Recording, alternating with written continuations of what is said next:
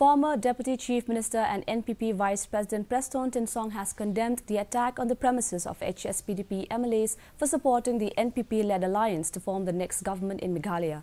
Talking to the reporters in Shillong today, Tinsong warned of stern action against such criminal elements out to create law and order problem in the state, including City Shillong, showing scant respect to the popular mandate in the election in favor of the NPP. He also defended the decision of the two HSPDP MLAs, Methodius Dhar and Shakliar Warjari, to extend support to the NPP to form the government and asked the opposition camp to respect the decision taken by the two legislators.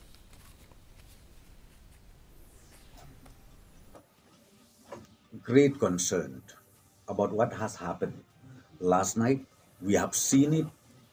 There were few groups of people, which I should say miscreants, unknown miscreants, who trying to create law and order just because of one party or one individual MLA wanted to join to any political party for forming the government. I think this is against the constitution and against the right of the people of those concerned constituencies. So it is my appeal to all concerned from now on, they have to stop this, and the government will take all out effort to make sure that the culprit be booked.